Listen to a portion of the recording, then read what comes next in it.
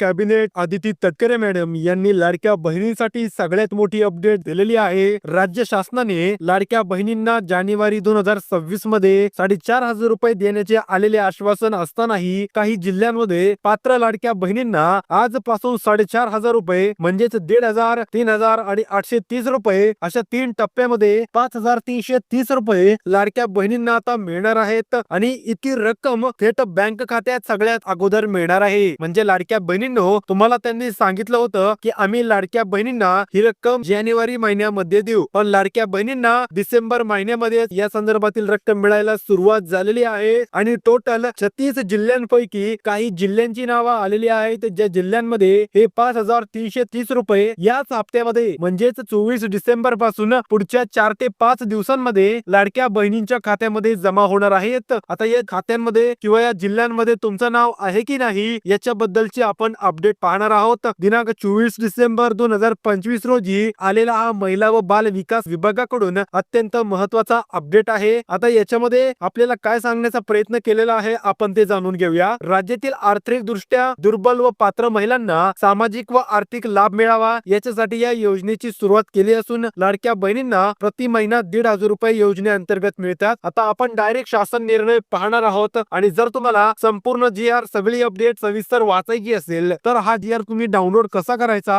हे देखील मी तुम्हाला सांगणार आहे। आता राज्य शासनाने पुढील प्रमाणे एक निर्णय घेतलेला आहे। यामध्ये पूर्व लाभासाठी पात्र जिल्हे व रक्कम आलेली आहे। म्हणजे सगळ्यात अगोदर कोणते जिल्हे या योजनेसाठी या हप्त्यामध्ये पात्र राहतील आणि त्या लाडक्या बहिणींचे कोणत्या बँक खात्यात अकाउंट पाहिजे याची देखील अपडेट आलेली आहे। आता प्रत्येक जिल्ह्यासाठी रक्कम ही 1,500, 3,000 आणि 830 रुपये असे टोटल 5,330 रुपये लाभार्थी महिलेच्या बँक खात्यात जमा होतील। यामध्ये पहिला जिल्हा आहे तो म्हणजे मुंबई शहर, त्यानंतर मुंबई उपनगर, ठाणे, पालघर या 4 जिल्ह्यांमध्ये सगळ्यात अगोदर लाडक्या बहिणींना 5,330 रुपये मिळणार आहेत। त्यानंतर पुढील जिल्हा आहे तो म्हणजे रायगड, रत्नागिरी, सिंधुदुर्ग आणि पुणे या 4 जिल्ह्यामध्ये त्यानंतर सगळ्यात अगोदर 5,330 रुपये जमा होतील। त्यानंतर पुढील जिल्हा आहे तो म्हणजे सातारा, सांगली, कोल्हापूर आणि पुढील एक जिल्हा आहे तो म्हणजे सोलापूर या 4 जिल्ह्यांमध्ये सगळ्यात अगोदर लाडक्या बहिणींना 5,330 रुपये तिसऱ्या टप्प्यामध्ये मिळणार आहे। त्यानंतर पुढील जिल्हा आहे तो म्हणजे सगळ्यांचं आपलं अहिल्यानगर, लाडकं नाशिक, धुळे आणि नंदुरबार या 4 जिल्ह्यांमध्ये वरील 4 जिल्हे झाल्यानंतर 5,330 रुपये हे एकटीने पाठवता 3 टप्प्यांमध्ये पाठवण्यात येणार आहेत। लाडक्या बहिणींनो, तुमच्या जिल्ह्याचं नाव येणार आहे की नाही हे तुम्ही पाहण्यासाठी शासन GR शेवटपर्यंत पहा आणि तुम्ही कोणत्या जिल्ह्यांमधून व्हिडिओ पाहताय ते देखील कमेंट बॉक्स मध्ये सांगा। आणि या शासन निर्णयाच्या शेवटी देखील सांगितलंय की या बँक खात्यामध्येच खातं असणाऱ्या लाडक्या बहिणी पात्र राहतील किंवा अपात्र राहतील, त्यामुळे प्रत्येकाने ही अपडेट पाहूनच जायची आहे, तशी कुणीही जायचं नाही। त्यानंतर पुढील जिल्हा आहे तो म्हणजे जळगाव, छत्रपती संभाजीनगर, जालना आणि बीड या 4 जिल्हे 5,330 रुपयांसाठी पात्र राहतील। त्यानंतर पुढील जिल्हा असणार तो म्हणजे लातूर, धाराशिव, नांदेड आणि परभणी या 4 जिल्ह्यांमध्ये देखील सगळ्यात अगोदर 1,500 मिळतील, त्यानंतर 3,000 मिळतील आणि त्यानंतर 830 रुपये मिळतील। असे टोटल 5,330 रुपये हे त्यांच्या बँक खात्यात जमा होणार आहे। त्यानंतर पुढील जिल्हा आहे तो म्हणजे परभणी, हिंगोली, बुलढाणा आणि अकोला या 4 जिल्ह्यांमध्ये सगळ्यात अगोदर ते जिल्हे झाल्यानंतर लाभ जो पाठवण्यात येणार आहे। त्यानंतर वाशिम पुढचा जिल्हा असणार आहे आणि वाशिम सोबत अमरावती, यवतमाळ आणि नागपूर हे टोटल 4 जिल्हे योजनेसाठी पात्र ठरलेले आहेत आणि त्यांना देखील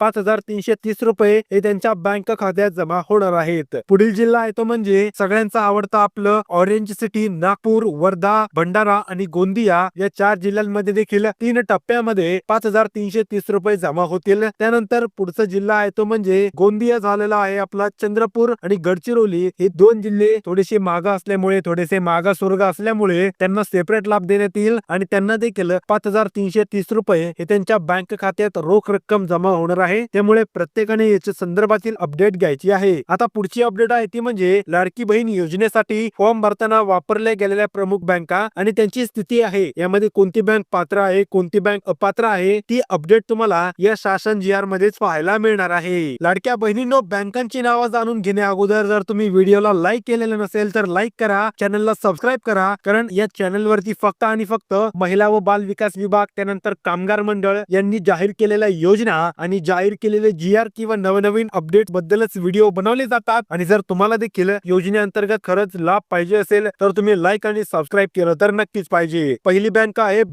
स्टेट बँक ऑफ इंडिया. ही पात्र बँक असणार आहे या पूर्व लाभासाठी. त्यानंतर बँक ऑफ महाराष्ट्र देखील योजनेसाठी पात्र ठरणार आहे. त्यानंतर पंजाब नॅशनल बँक देखील योजनेसाठी पात्र ठरतील. आता या ठिकाणी तुमची सरकारी बँक असो किंवा तुमची या ठिकाणी प्रायव्हेट बँक असो, ही या ठिकाणी मॅटर करत नाही, पण तुमची फायनान्स बँक आहे का ही मॅटर करणार आहे. तर आपण सगळं पुढे पाहणार आहोत, त्यामुळे कोणीही अर्धवट सोडायचं नाही. त्यानंतर बँक ऑफ बडोदा पात्र असेल, कॅनरा बँक एक पात्र असणार आहे. आता तुमचं खातं कशामध्ये आहे हे तुम्हालाच माहिती असायला पाहिजे. त्यानंतर युनियन बँक ऑफ इंडिया म्हणजे युबीआय देखील योजनेसाठी पात्र असेल. इंडियन बँक देखील असणार आहे, म्हणजे सगळ्यांची लाडकी आयबी बँक देखील योजनेसाठी पात्र असेल. त्यानंतर सेंट्रल बँक ऑफ इंडिया म्हणजे एसबीआय देखील योजनेसाठी पात्र असेल. त्यानंतर आयडीबीआय बँक देखील योजनेसाठी पात्र असेल. तुमचं खातं त्या बँकेत असेल तर तुम्हाला लाभ मिळणार आहे, अन्यथा मिळणार नाही. त्यानंतर एचडीएफसी बँक योजनेसाठी पात्र ठरेल. त्यानंतर आयसीआयसीआय बँक देखील योजनेसाठी पात्र ठरेल आणि शेवटची ऍक्सिस बँक देखील योजनेसाठी पात्र ठरेल. आता या दिलेल्या बँकांमध्ये जे की पात्र आहेत, यामध्ये तुमची बँक नसेल तर तुम्ही आता काय करायचं हे देखील या अपडेटच्या शेवटी आहे, त्यामुळे ते देखील जाणून घ्या. आता त्यानंतर पुढचा मुद्दा येतो म्हणजे कोणत्या बँका यासाठी अपात्र असतील. यामध्ये पहिली आहे ती म्हणजे कोटक महिंद्रा इन्व्हेस्टमेंट बँक. ही बँक विभागासाठी अपात्र असेल. तुम्ही कोटक महिंद्रा बँक वापरली तर हरकत नाही, पण इन्व्हेस्टमेंट बँकिंग विभागाचा जर तुम्ही अकाउंट नंबर दिलेला असेल तर तुम्ही यासाठी अपात्र असाल. आता इन्व्हेस्टमेंट म्हणजे कोणतं, जसं की शेअर मार्केट, स्टॉक मार्केट. त्यानंतर एचएसबी कॉर्पोरेट बँकिंग योजनेसाठी अपात्र असेल. सिटी बँक कॉर्पोरेट अकाउंट्स देखील योजनेसाठी अपात्र असतील आणि स्टँडर्ड चार्टर्ड कॉर्पोरेट बँकिंग, त्यानंतर इंडनसन कॉर्पोरेट बिझनेस अकाउंट हे योजनेसाठी अपात्र असतील. हे जे बँक अकाउंट्स आहेत हे फक्त लोन साठी, फायनान्स साठी वापरले जातात, त्यामुळे यांचा आणि योजनेचा कुठलाही संबंध नाही. आता वरील अपात्र बँका मुख्य कॉर्पोरेट व बिझनेस व्यवहारासाठी वापरल्या जात असल्याने सर्वसामान्य लाभार्थी खात्यासाठी सध्या ग्राह्य धरल्या जाणार नाही. त्यामुळे जर त्यामध्ये तुमचं अकाउंट असेल तर नक्कीच तुम्ही एकदा आपल्या कमेंट बॉक्स मध्ये तुमचा प्रश्न विचारा, नक्कीच तुम्हाला त्या ठिकाणी उत्तर मिळेल. आता तुमच्यासाठी सगळ्यात पहिली टिप आहे ती म्हणजे या शासन निर्णयाच्या शेवटी नमूद करण्यात आलेल्या सर्व 36 बँका व जिल्ह्यांची यादी ही लाडकी बहीण योजनेच्या पूर्व लाभासाठी पात्र ठरणार आहे आणि मार्गदर्शक स्वरूपाने